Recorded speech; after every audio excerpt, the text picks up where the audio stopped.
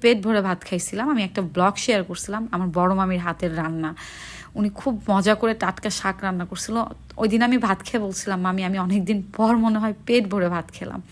তো যাই হোক, অনেক স্মৃতি কথা বলতে বলতে বলে ফেলি, কিছুই করার নাই। আপনারা দোয়া করবেন আমার জন্য। আর এই ছিল রান্না। গ্রামের পুকুরের মাছ, এগুলো হচ্ছে কোনো সার দেওয়া থাকে না, একদম টাটকা।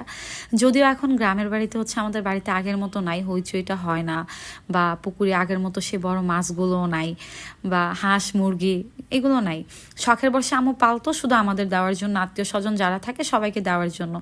গাছের ফল টল শাক সবজি সবাই নাই। তো যাই হোক, আমি রান্না বান্না শেষ করলাম, টাটকা টাটকা দেখে রান্না করে ফেললাম। আর খুব ভালো লাগছিল ছোটো মাছটা। ছোটো মাছ রান্না করে একবারেই খেয়ে ফেলছি। আর ছোটো মাছ তো আমাদের সবার শরীরের জন্য অনেক উপকার, বিশেষ করে চোখের জন্য অনেক উপকার বড় মাছের থেকে।